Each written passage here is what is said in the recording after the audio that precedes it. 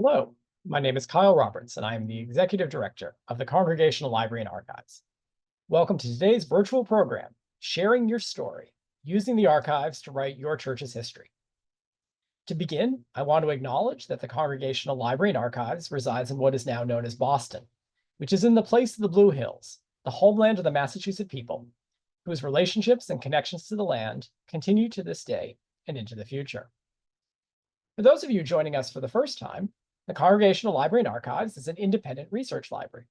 Established in 1853, CLA's mission is to foster a deeper understanding of the spiritual, intellectual, cultural, and civic dimensions of the congregational story and its ongoing relevance in the 21st century. We do this through free access to our research library of 225,000 books, pamphlets, periodicals, and manuscripts, and our digital archive, which has more than 130,000 images, many drawn from our New England's Hidden Histories project. Throughout the year, we offer educational programs and research fellowships for students, scholars, churches, and anyone interested in Congregationalism's influence on the American story. Please do check out our website, congregationallibrary.org, to learn more about what we do and for news of forthcoming events. At the Congregational Library, we are committed to supporting churches and struggling to engage in effective records management. From reference requests to in-person feedback, the archivists at the Congregational Library have long recognized the desire among churches to better understand how to steward their church records and maintain the memories and mission of their church community. They also recognize the challenge of not knowing where to begin. And thus far, we have sponsored 6 programs in this series, all of which can be found on the initiative's webpage. Now, this program complements a program that we did in September on celebrating your church's anniversary, tips and tricks for a memorable commemoration. I thought it was a great program. It brought together folks from congregational churches across the country who had recently celebrated creative and fun church anniversaries. This program is really meant to be seen as a continuation of that, to think about how you can use your archive to tell your church history. Now, you don't have to do it for an anniversary, but I find so many people in our world think about anniversaries as times for looking backwards, looking at the present, and also looking forwards. So without further ado, let me introduce our speakers today. Zachary Bodnar graduated with a Master's of Library and Information Science from Simmons University with a concentration in archives management. Prior to his work at CLA, Zachary worked at the Bellamy Faraday House and Garden Archive, the Vassar College Special Collections, the Harvard Law School Library, and the Harvard Botany Libraries. Zachary joined the CLA as an archives assistant in 2017, helping to prepare materials for digitization through the New England's Hidden Histories project. In 2018, he took on the title of archivist. His professional interests include metadata collection and management, digital archiving, audiovisual preservation, and archives management. Billy McCarthy graduated with a Master's of Library and Information Science at Simmons University with a concentration in archival management. He started working at the CLA through a graduate internship and was hired full-time as an archivist in 2018. Billy is the head of Reader Services, helping the CLA's visitors with reference requests and facilitating in-person research. Billy also serves as the collection manager for the archives, working with the CLA's offsite vendor to protect and maintain the organization's archival records. Some of his professional interests include increasing access, collection management, processing of complex materials, and facilitating research. So Zach, I think, is going to start us off in the presentation today. We are so excited to have you all here today. Today's program is also a bit of a sequel, as Kyle mentioned, to this past September's Celebrating Your Church's Anniversary. So if you didn't catch that event, we really do hope that you'll find time to watch that too on the CLA's YouTube channel. Today's program is a part of the CLA's Church Stewardship Initiative. This initiative includes webinars and workshops all focused on helping churches develop their own stewardship programs. We believe that church communities are uniquely positioned to best preserve the memories of their communities and keep the mission of their church accessible for future generations. The Church Stewardship Program celebrated its 2-year anniversary this past October, and the program is still very much going strong. For those who are interested, every one of our past webinars is available to view at your leisure on the CLA's YouTube page. There's a handy playlist there that includes all of our past programs in chronological order. And we hope that as you think about stewardship of your church's records, that you go back and listen to these past programs. And now I turn it over to my colleague Billy to introduce today's primary topic, writing a church history. So, thank you, Zach, and welcome everyone again to sharing your story on church histories. Writing a church history can seem like a daunting task, but we are here today to give you our thoughts and guidance on how to get started. I am going to first share some examples of recent church histories that we have acquired, discuss who or whom should be doing this work, discuss what type of content to include, and also talk just a little bit about why writing a church history can be a valuable undertaking. Before we begin, I do just want to give a shout out to my colleague and the CLA's librarian, Megan Wright, who provided Zach and I with a treasure trove of helpful notes on this subject. So let's just take a moment to look over a few examples of church histories from our own collection. The 4 books you see on the screen are some of our more recent acquisitions, and each one takes a really different approach to telling their stories. There is no one true way to write a church history, but I really suggest you look to these examples and others to help get you started. So, as I said, these 4 histories all approach their subject matter from pretty different angles. Some of the unique features that are in one but not all 4 include a historical timeline. One has a preface that acknowledges gaps in their records. Some do very extensive deep dives into every single minister that ever led the church, while another goes out of its way to list a myriad of policy statements and more. As you can see just from what I just said right now, there are many different avenues to explore and write a church history, and I would encourage everyone to try and find examples, read through them, and use them to help guide you in your future work. The first big question every church has to answer is, well, who's going to do the work? From what I've seen in my time using church histories, the most common route is for a single person to take on the vast majority of this work, with others in the community providing feedback and edits. Naturally, doing the work by yourself is just going to take longer, especially if you need to engage in research or have no previous history to draw from. Thankfully, Zach is going to dive a little bit more into some basic research tips in a bit to help you out. Finally, if you are taking the task on alone, I really want to impress upon you, do not set unrealistic expectations for yourself. As we all know, life will surely find a way to take up more of your time than you realize, and by imposing restrictions, you can lead to a rather incomplete project. If you're able to, we would advise, the creation of some kind of historical or anniversary committee that can meet and decide what topics to cover, and to just break up those responsibilities. The committee can work together to identify gaps in knowledge, have someone assigned to search the records for missing information, and serve as editors for one another. Whichever route you decide to go, just keep in mind a church history will not be created in a day. So do consider setting, reasonable deadlines for meeting certain criteria. If you plan out the path forward from the start, I promise it will benefit everyone in the end. And one final thing to note, regardless of if it's a single person or a team, be sure to save your drafts in more than one place. The last thing you want is for some of your just amazing work to disappear due to human or, more likely, computer errors. So save yourself the future heartache.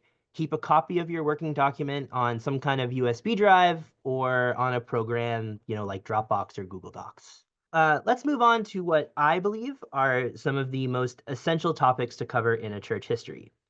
Keep in mind, this list is a suggestion based on topics we've seen covered in the many histories we have here in the CLA's collection. Some of these topics are just not going to be relevant to your church story, while others may just be simply impossible to write about because records from that period have not survived.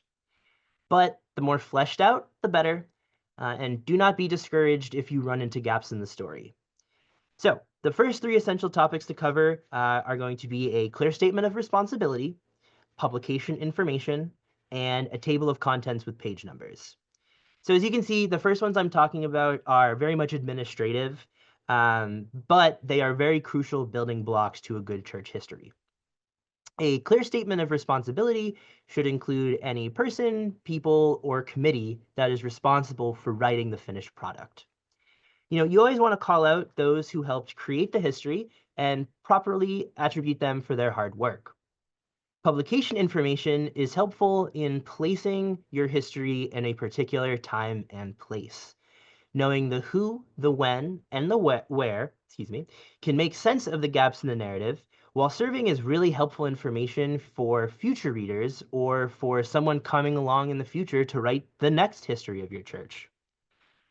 They can also be really helpful if you do eventually pass on copies of your history to institutions like us, because that information helps us create proper catalog records.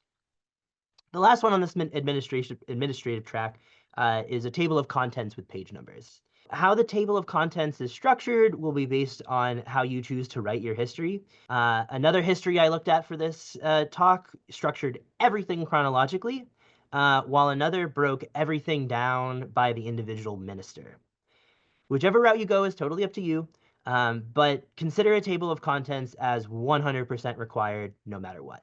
So we're going to move away from those more administrative concepts and more towards actual historical topics.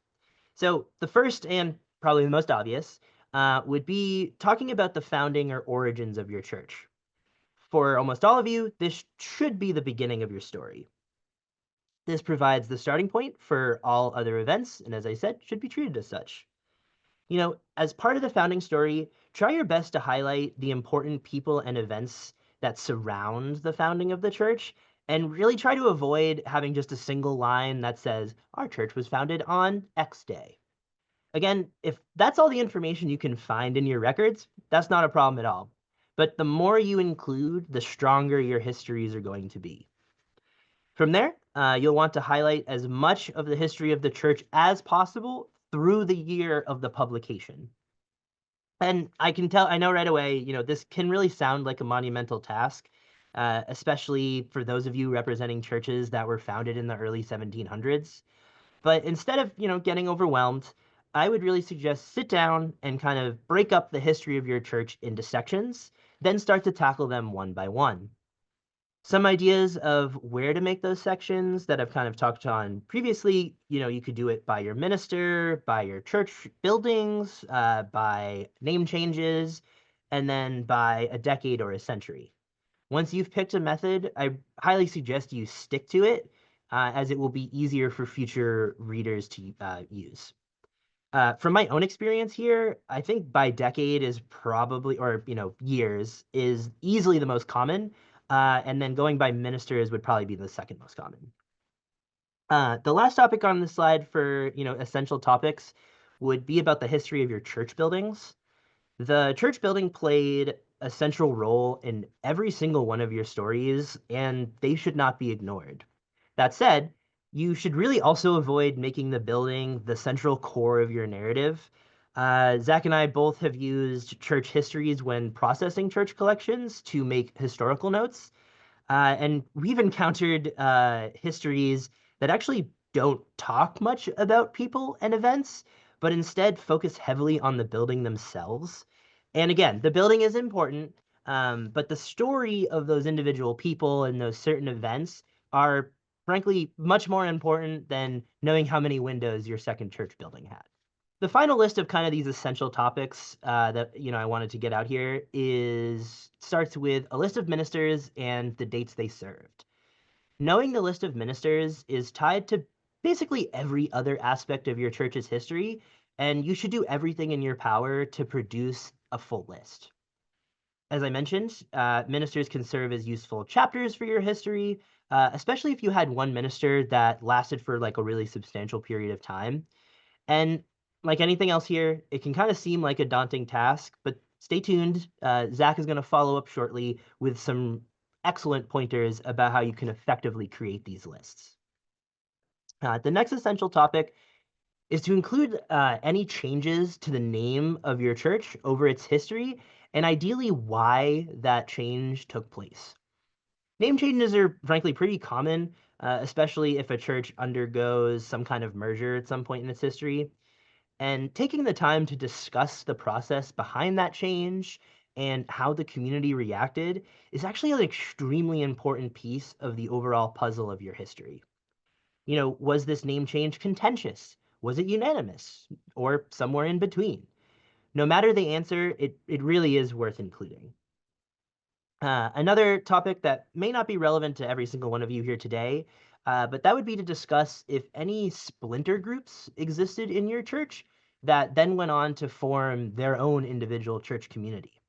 Highlighting the reasoning for the split is very vital to telling the story of not just both the churches, but also the town or county of your specific area.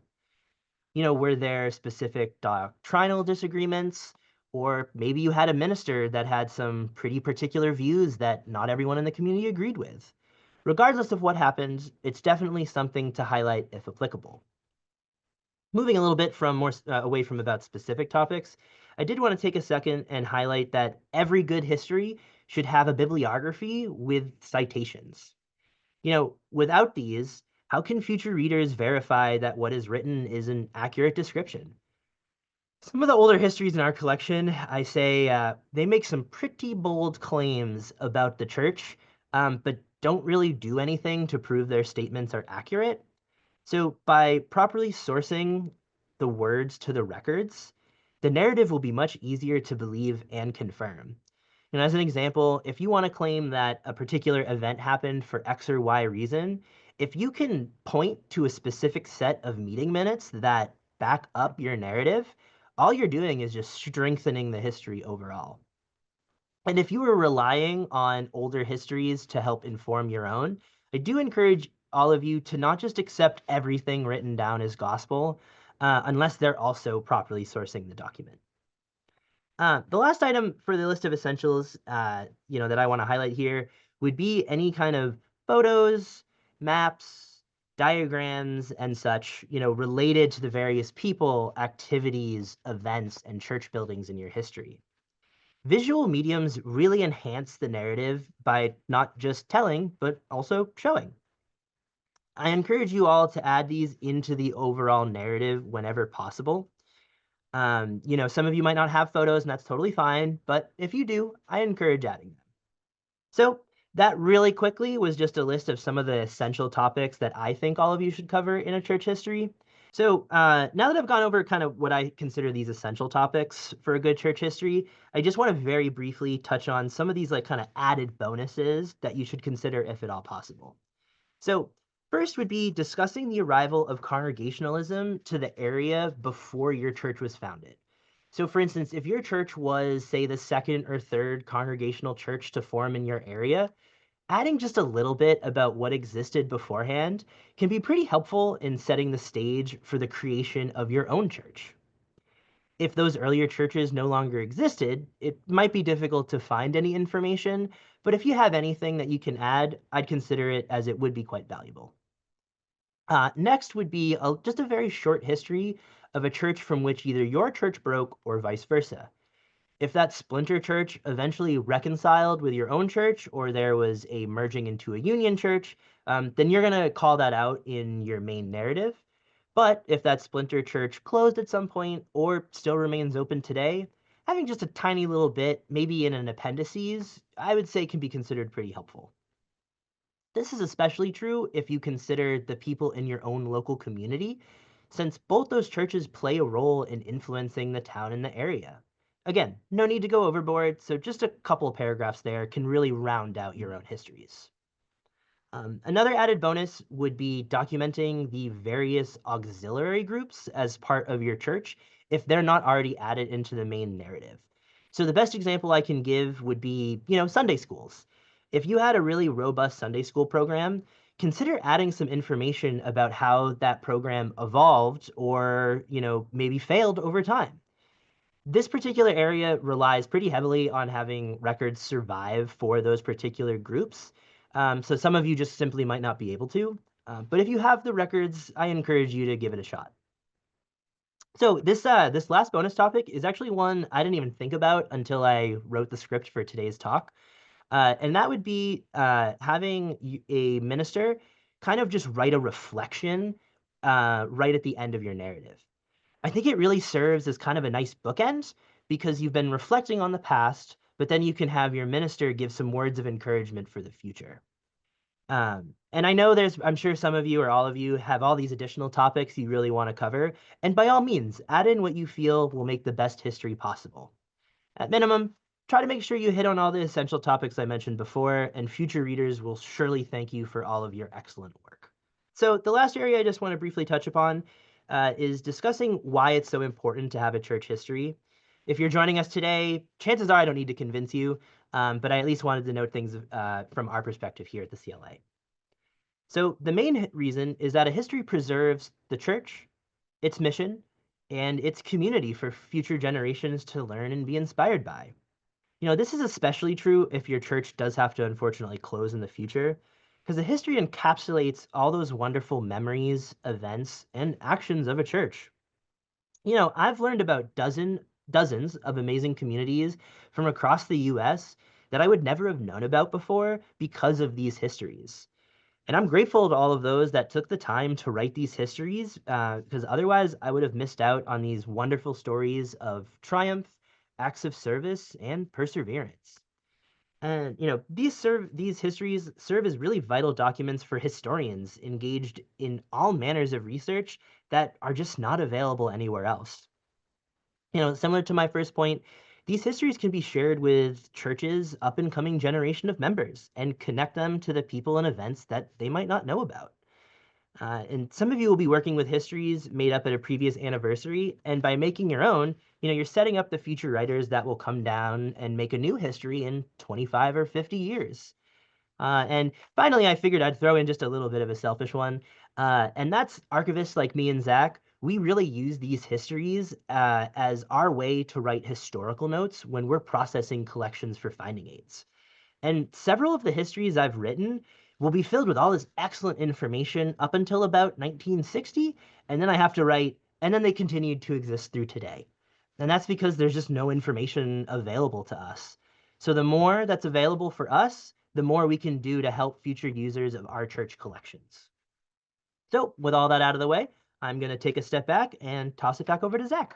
Thank you so much, Billy. So when writing your church history, you can already probably guess that a large amount of your time is likely to be spent within the archive, looking at the primary sources your church has produced from its founding, possibly even before then, all the way until today and tomorrow. As a library and an archive, we fully support and encourage this kind of primary source research. It's our bread and butter, and we hope it'll be your bread and butter when creating church histories. In this section, we want to take some of the topics Billy covered and provide some ideas for where you might uncover information about those topics. Before we look into some specifics, I do want to cover some basic research tips and rules for using archival sources. Perhaps much of this is common knowledge already, but I think it worthwhile to go over some of these that I've listed here. First, no food or drink when working with your archival materials. Probably that's a given, but the archivist in me just needed to make sure that that was said. After all, no food and drink in the reading room is probably the first rule of every reading room I have ever seen. A big and important tip, though, for doing research is one that will help you fight against a pitfall that we find rookie researchers fall into often, which is you don't need to read every single document, nor do you need to read every word on a single page. Focus instead on the sources and materials which are the most relevant to your present research needs. For researching history, if you're researching the founding, just focus on those oldest record books. If you're focusing on researching an auxiliary group, just focus on the records that they created and not necessarily looking at every page of financial records. You really don't need to look at everything to understand the whole picture. If you do read everything, it leads into many rabbit holes. and can lead to research projects that never end.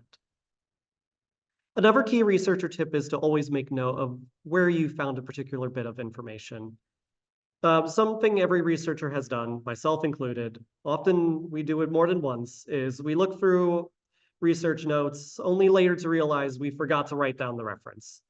Writing down your source of information at the moment you find it will save yourself a huge headache later on. Finally, let others know what you find in the archive. Even if you cannot place every story you find or every anecdote you see in your church's records into the church history as it's published, there's still no reason to not share those stories with your community. So do share them. Your community will appreciate hearing these stories and these anecdotes. And hopefully those stories will encourage others in your community to use and see those records themselves. Now, let's look again at some of the topics and history sections Billy has covered with an eye towards where you might look within your archives to find the information you need. So, your church's founding, whether it be 400 years ago or 40, is an incredibly important starting point. In terms of records, you probably want to be looking at those oldest church record books. These will likely contain the records of meetings that resulted in the gathering of your church. For churches in New England, you can also look at the oldest parish records. These are records that are often more financial in nature, often related more to the town at large of the parish society, but can, in the earliest records, often contain information about the founding of the church. Your church's founding legal documents, if they exist, are also a good place to look. Similarly, you might look at the original bylaws and confession of faith for your church. These are often in those earliest record books. However, they sometimes are also printed separately or kept in a separate document somewhere. So that's also a really good place to look at what the founding of your church actually looked like, and especially what were those initial doctrines of faith. For churches out west, it's really not unlikely that your church began as part of the work of the Home Missionary Society or one of its equivalents, or it was started as a satellite of a larger institution like a college or university. In those cases, there will likely be correspondence between the people in your community and the society or the missionary society, or perhaps even the minister, likely a missionary minister who helped found the church. And those correspondence or documents may enlighten the who and the how of your church's founding. If your church separated from another church, there are likely to be plenty of records discussing in great detail why such a split was necessary. Some of those debates might be held in the records of the original church, so don't hesitate to reach out to them. Finally, your church community is part of a larger town, city, or county community. Look at those town histories and the archival resources kept at your local history society or library. You might be surprised how often town history and church history intertwined, especially in the founding of a new church. So your modern history is just as important as your oldest histories. And sometimes the sources for modern history can seem so much more overwhelming compared to the sources for your oldest. It's the newest, and oftentimes in record keeping, we've just been keeping more and more stuff the later on we get. Still, your bread and butter isn't going to change very much for research. Your church or council meeting minutes and annual reports will likely be the most reliable source of information from the modern era, the late 19th, 20th, 21st centuries. If looking for stories of communities within the church, look at the photographs that you have, or perhaps even more importantly, look at the records of your church auxiliary groups. These auxiliary groups can tell you a lot about how your church and the communities within your church gathered together. Newsletters, bulletins, and orders of services can be useful, especially where gaps exist in your church's records or annual reports. They are also useful if you're interested in what kind of programming your church is supporting or promoting or having especially as those kinds of programming often is coming to that church in reference to a question that was asked or events that are happening around it at the local or international levels. Another place to look at is correspondence and documents relating to how your church interacted with many of the rights movements and wars that occurred throughout the 20th and 21st centuries. A lot of upheaval, especially at the national and international levels in the 20th century, and church communities had to interact with that in some way. So these are definitely going to be points in your story that you might want to focus in and bring to the front. If your church was around in 1957, it is also likely that it discussed possible that it discussed whether it would join the United Church of Christ, which had just formed, or not. That discussion and the results of it could very much answer questions about why your church looks the way it does today.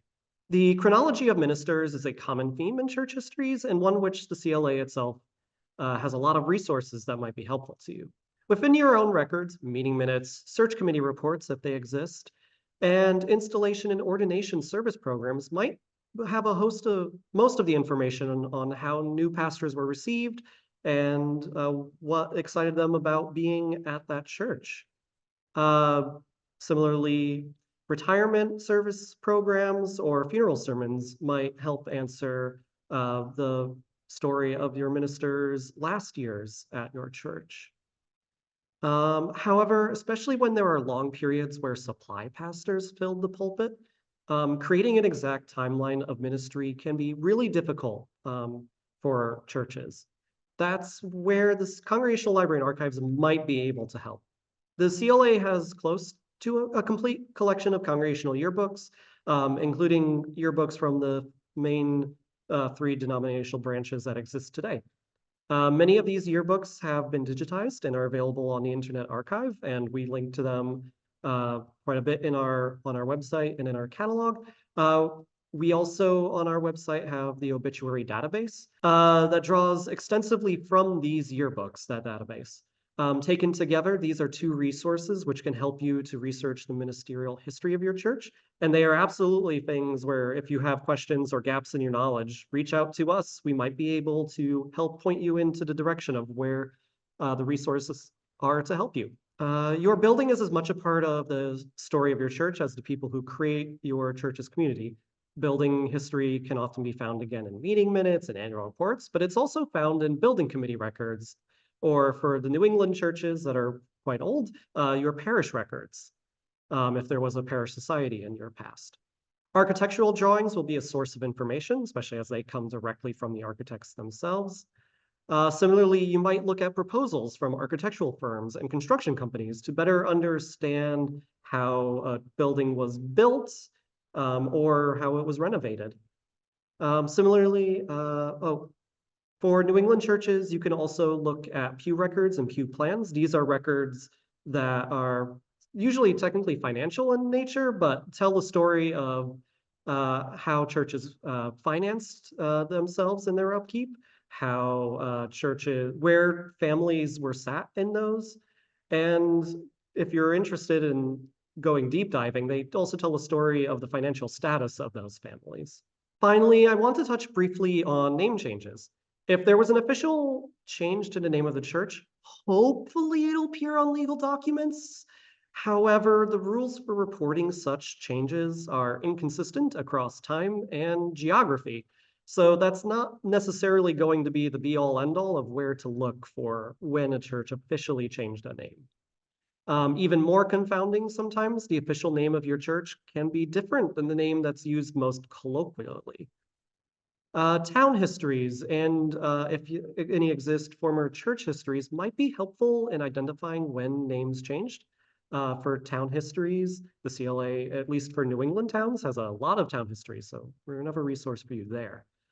Your church's bylaws, confession of faith, and/or constitution should also theoretically state the official name of the church, somewhere in one of those documents at least. So tracking how your bylaws or constitution have changed over time is a good way to track how your church's name has changed over time. Finally, names often change due to mergers, separations, or federating with another church community. So look into those histories if any such events occurred with your church, as they may well be the answer to when a name change occurred. The past is often a very messy thing, and we want to spend some time here to discuss that simple fact. And it is a fact. Sometimes, when confronted with information that conflicts with our worldviews, our first instinct is to run away. That's pretty much how humans are wired at scale. However, when writing a history, it's important to not follow that instinct, to acknowledge the past, even if it feels contradictory to your present or is perhaps unflattering in light of modern sensibilities. So, to begin this discussion, I want to, at least at a relatively high level, um, go discuss the concept of reparative history, which is also often called restorative history. So, what is reparative history? Well, here's a definition. It is a theory, a method, and a practice all in one. It draws on the principles of restorative justice to meet the needs of historically harmed communities by examining the past to understand the root causes of historical harms. It is a collaborative and community-based practice and methodology that works to find the best paths forward. It is a methodology that works with diverse voices to make public history a practical tool of justice, meant to confront systems of harm that have existed and often still exist. Now, I'm no expert in reparative history. It is a topic that is often talked about in archival circles. It is a part of how we think about doing archival work, and it is part of a much larger discussion that's happening in the world of museums and public history. But I'm not an expert myself, so I don't want to go too deep into this particular framework. However, I think it's still important to understand some of the basic principles of this reparative framework, which is the basics of the framework are depicted here on this slide. At its most basic level, the framework asks someone to identify a harm, however that harm is defined, and then to work collaboratively with those who have been harmed and the institution at large to find a way to confront them and learn from that harm. The biggest takeaway really is that when this kind of work happens, it is collaborative nature. And it requires reaching out to the wider community, whether that be your church community or the wider community that surrounds that church. In your church, this might mean bringing to light aspects of the past that might be uncomfortable to think about to that wider community, so that together you can understand how your church got from point A to point B in the now. In the end, the relationship forged by addressing past things that we find uncomfortable can lead to much stronger relationships now than if these pasts are left are buried. Almost all of what I've shown in these last few slides is derived from the work that the Center for Restorative History at the Smithsonian has put out. They have helpfully put out an easy to digest guide to restorative history and also produced a number of webinars about the topic. If you were interested in diving into these topics on a much more deeper level, I really do encourage you to visit the Center for Restorative History's website. It's really good and it helps you to think and to ask some questions. Now with some of this background out of the way, I want to talk more practically what to do when you find some bit of your church's past that conflicts with your church's present beliefs and principles. And you will find something. The way we view the world now and the principles we hold dear today are very different than what we find in the past. But even if we don't agree with the past, it is deeply important to understand it and confront it. And it's important to note that these moments of uncomfortable history don't always need to be earth-shattering, but can even feel amusing in today's moment. A series of disciplinary cases resulting from children visiting the circus in Vermont in around 1820, for example, is a more amusing example that I can think of a past that might feel weirdly uncomfortable today. But some anecdotal evidence of how church histories might have historically ignored aspects of their past is found in church splits. I've read many late 19th and early 20th century histories in the course of my work here at the CLA, and often they gloss over how a split in the church community came to be. Often this information is relegated to a sentence or two, maybe more if the church eventually remerged, but still the root cause of those splits is so rarely plainly stated. But the reasons for those splits matter, as they help to define the church and its community long after the split occurred. The story of your church is a journey, and you need to understand points A, B, and everything in between to understand today. Without going into too much detail, we at the CLA have seen firsthand some uncomfortable moments of history within church records. We don't toss them. We archive them, describe them, and make them accessible. That's our work. So you found a bit of uncomfortable history, perhaps something from my above example or something else entirely. It doesn't really matter what it is because the first step is always the same. Don't discard or hide that bit of history. Instead, bring that history to your community and use it to understand your community of today and how it grew from that moment in the past. Listed on this slide are some basic questions that you might be able to use to guide those community discussions. Certainly it isn't an exhaustive list, and I don't think one can exist because every church community is very different. But it is a start, which is really all we can ask. History is messy work, often filled with far less objectivity than we'd like. But it's important to do this work and to do it with an open mind. And on that note, we bring today's presentation to a close.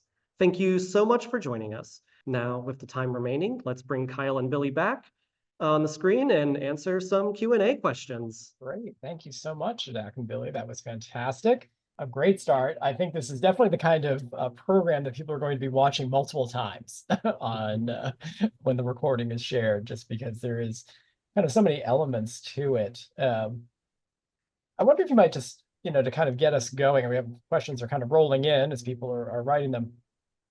Talk a little bit about, so say my church, on the North Shore of Massachusetts is about to start writing its history, and I'm not finding any records anywhere in the church building. What would, and say I called you up at the library and asked, well, what does the CLA have for me?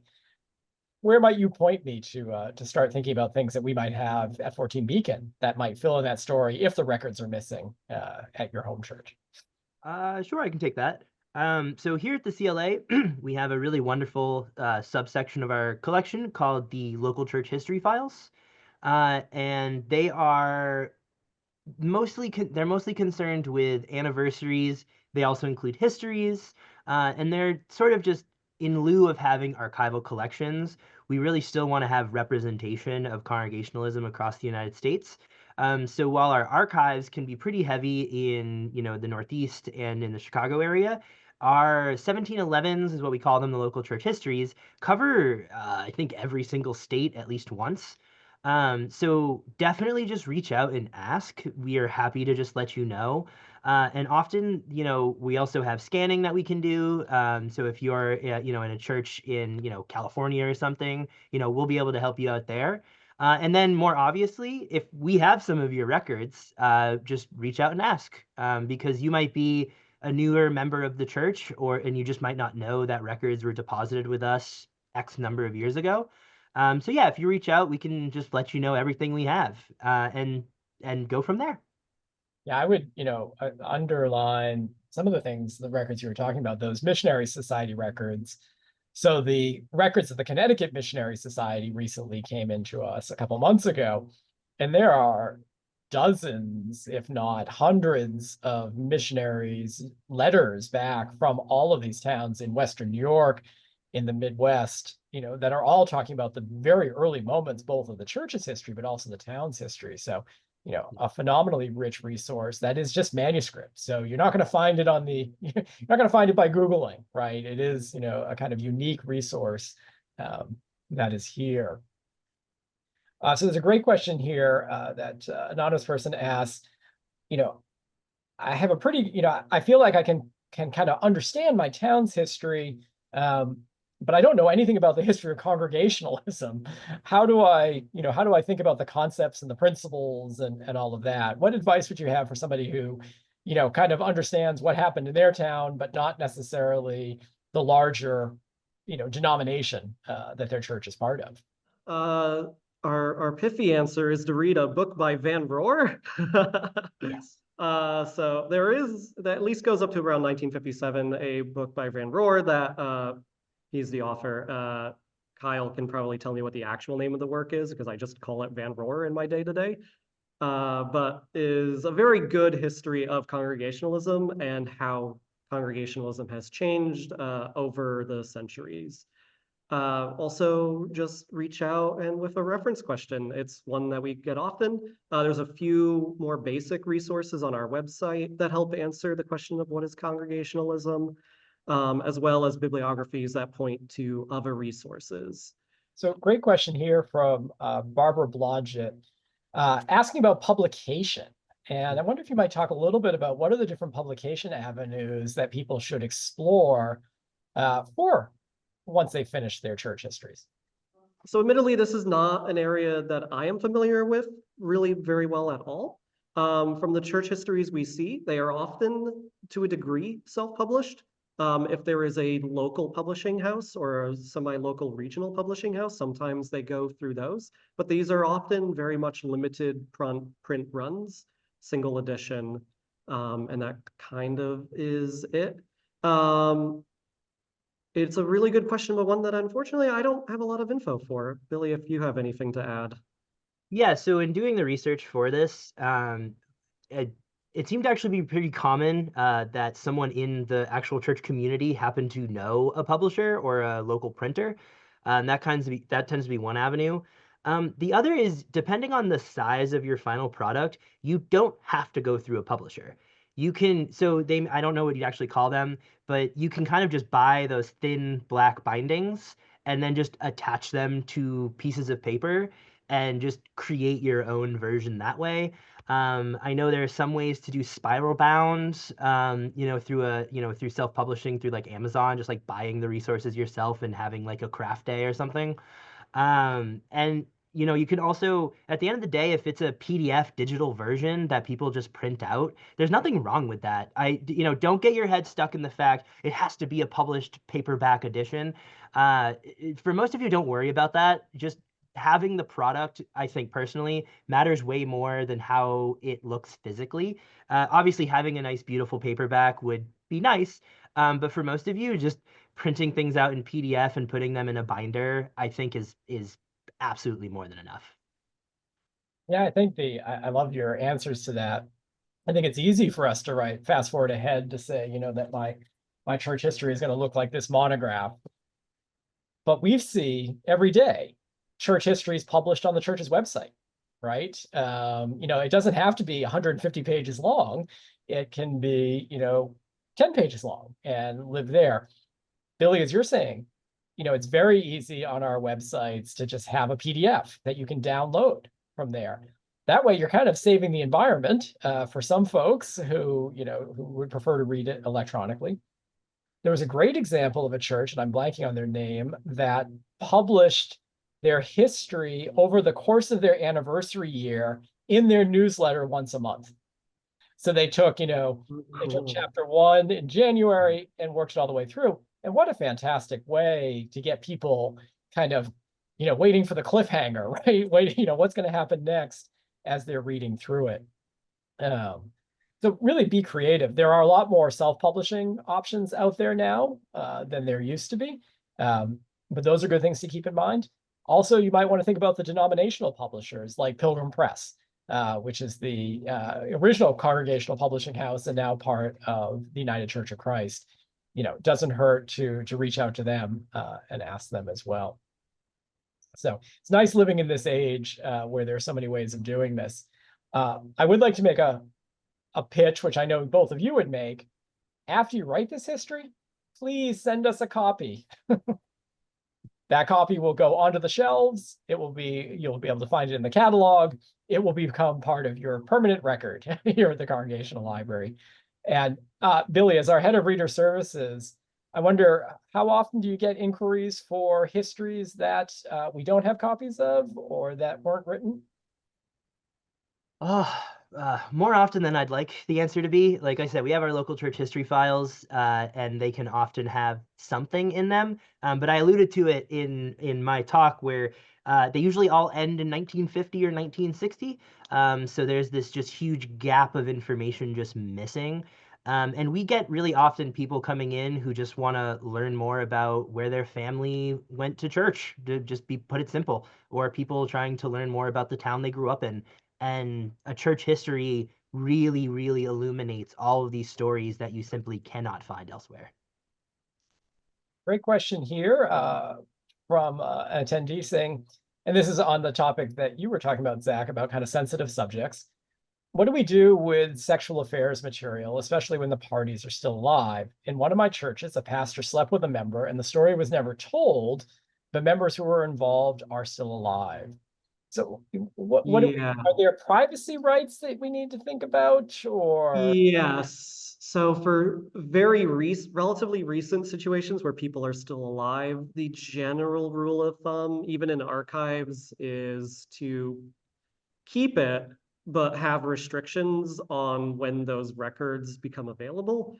And that is probably a similar vein for writing your own church's history. These are records that are kept, but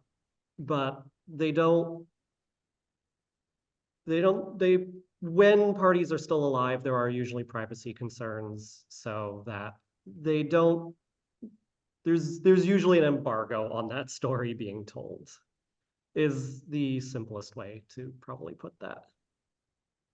And I would add to it, you know, as I mentioned, like some of the work you're doing is not just for yourself, but it's going to be for the person doing the next bit of writing. For a situation like this one, I would honestly suggest writing the story or the story down in some form and function, not publishing it, but keeping it in a file in your archives that will be passed on to the next historian when the parties are no longer involved. And if you are writing it from the perspective of by minister, you can just say this minister left under, unfortunate circumstances, whatever version of the English you want to use. But absolutely avoid naming anybody. That would be bad and a big problem. What about using video recording of people offering their history of a period or persons? I have found it easier to have them speak and then answer questions than to write. So is an oral history a possibility here? Yeah, we support oral histories. Oral histories are probably their own topic in general. There's a lot of nuance to how to do an oral history, or what best practices, I should say, are for oral histories. But it is definitely something that we encourage people to think about as an avenue for tracking down church history. And it's often something we talk about in our programs here, is asking your current members who are alive to tell their stories, help identify people in photographs, or to get their understanding for how things have changed over times. So, And I would add, just to follow up, I would actually consider oral histories distinctly different. I recognize that it can be easier to listen, but like anything else when it comes to digital technology, whatever version of the recording, whatever format you're using is not going to survive, there will be issues. So I would say not only do an oral history, but transcribe the oral history in some written format. You don't have to spend hours repackaging it into a neat history, but at minimum, have a transcript written down and note who, when, where, and then potentially why if it's part of a larger program. And I'm Good. reminded, as you Good say point. that, right? Patricia Vondel's great oral work, or her history of the Chelmsford Church here in Massachusetts, where she built it around oral histories, but used those transcriptions as kind of the published version. So Michael Moore asks, our church is celebrating our 300th anniversary next year. We have one closet in our church library that has all of our records. Good that they're all in one place. That sounds good. Most seem to be records of baptisms, weddings, funerals, but I would guess there are some unknown treasures there too. Would you be open to our sending you 3 boxes, which you might go through to identify what might be important for digitized records? So I think it's a good question there about how do you kind of figure out what to digitize when you're doing this work of preparing for your history? As we have said in past programs, there will be a future program about digitization. However, the short version is digitization is for access. And so we never generally suggest churches do a digitization project by themselves, but to do it as part of a larger community-driven project that will help make those records accessible to a community that wants them accessible. I would say, Michael, reach out to us via email, and we can help answer the more specifics of your question via that way. Carla Todd Barrett asked, you only keep records of congregational churches. What about Episcopal churches? Do they have their own archives? Yes, I assume so, and I think Zach and I are both frantically looking to see. Yes, so if The you archives of the Episcopal Church. Yes, and it looks like they are in Austin, Texas, and there's a phone number to contact. So I would say reach out to them directly, and I'm sure that they can help you further. Yeah, so for our friends from other denominations, each denomination has its own archive of some sort, but they collect different things. So if you're a Presbyterian church, for example, watching this, the Presbyterian Historical Society is in Philadelphia. You'd reach out to them, and they would have a sense whether they have the material, or they might likely be able to point you to where the material is. We're a little funny, right, as Congregationalists, in that we don't we don't mandate that all church records come to our library. Many do, but we also try to keep track of if they go to a local historical society or to another place that where you can end up finding them. Well, this has been a fantastic resource. Thank you so much, Zachary and Billy, for taking your time today. And we look forward to seeing all of you at a future program. We're excited for that. And also keep your eye out for workshops. We'd love to have you come in here and work in person.